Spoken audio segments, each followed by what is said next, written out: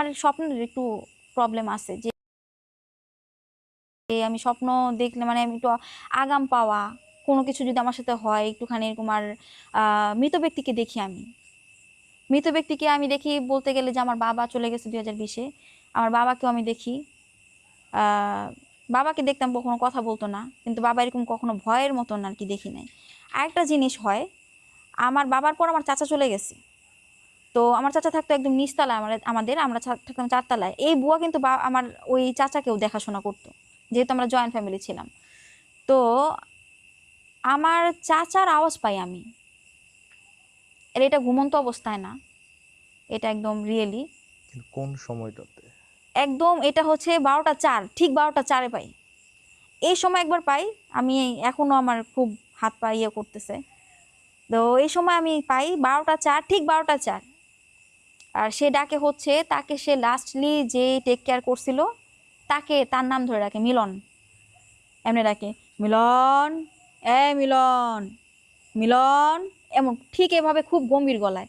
তো প্রথম দিকে আমি ভাবতাম হয়তো মিলন যেহেতু দারোয়ান, তো ওখান নিচে দারোয়ানের সিটে এখন তার অবস্থান, আগে থাকতো চাচার রুমে। তো সে হচ্ছে এই মানে এই চাচার আওয়াজটা কেউ পায় না, আমি আর মিলন ছাড়া। দুজন কি একই সময় শুনেন একই মানে? সময় শুনি বলতে আমি বলি এটা, সে মিলন যখন আবার কোনো ফকির মিসকিন বা একটু মানে ফকির টরকিদের খাওয়াই দেয় বা দান খয়রাত করে, তখন আর সে সদকা করলে আর সে দেখতে পায় না। মিলন নিজে হিন্দু, সে এগুলো বিশ্বাস করে, হিন্দুরা আবার এগুলো বেশি বিশ্বাস করে, হিন্দুরা এগুলো বুঝতেও পারে। তো মাঝে মাঝে এখন এরকমও দেখে যে মিলনকে বলে যে ঘর পরিষ্কার কর, ঘর পরিষ্কার করস না কেন, ওই লাল চাদরটা বিছাইবি, এরকম ভাবে বলে। সে নাকি আভাস পায়, কাউকে দেখে না, কিন্তু সেম সাউন্ড পায়, একদম তারই ভয়েস। আর এই ভয়েসটা মিলন পায়, আর আমি 4 তলার উপর থেকে আওয়াজ পাই। 4 তলার উপর থেকে মানে আমার রুমের থেকে পাই আওয়াজ, নিচে যদি কোনো আওয়াজ হয় সেটা যে ইকো হয় না, ইকো হয়ে হইতেছে আমার কাছে আওয়াজটা যায়। আমি প্রথম দিকে ভাবতাম যে এটা চাচা না, এটা হয়তো অন্য কেউ, কিন্তু আমি মিলনকে একদিন জিজ্ঞেস করছি যে আচ্ছা মিলন মামা, আমি না পাখি চাচার আওয়াজ পাই। কই এটা আপনিও পান? আমিও পাই। আমাকে আপনি পান মানে? এটা মিলন, এটা কি আমার চাচা নাকি?